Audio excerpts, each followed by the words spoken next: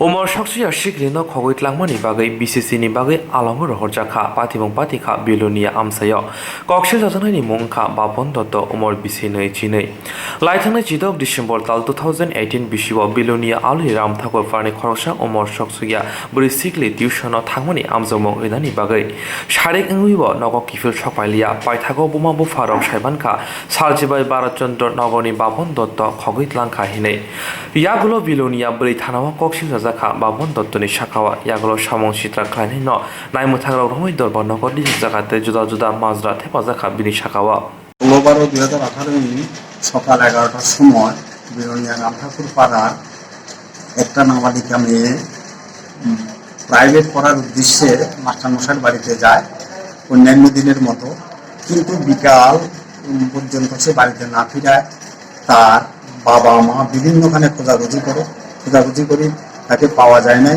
পরবর্তীকালে মানুষের কাছে জানতে পারছে ইউবিসি নগরের বাপন দত্ত ওরফে প্রণব দত্ত তাকে অপহরণ করে লইয়া গেছে।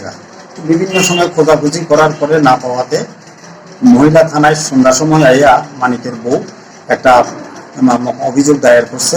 সেই অভিযোগ দায়ের পর পুলিশ তদন্ত করে একটা চার্জশিট দেওয়ার পরে মাননীয় স্পেশাল জাজ সাউথ ত্রিপুরা উদিত চৌধুরীর আদালতে সাক্ষ্যবাক্য গ্রহণ করা হয়।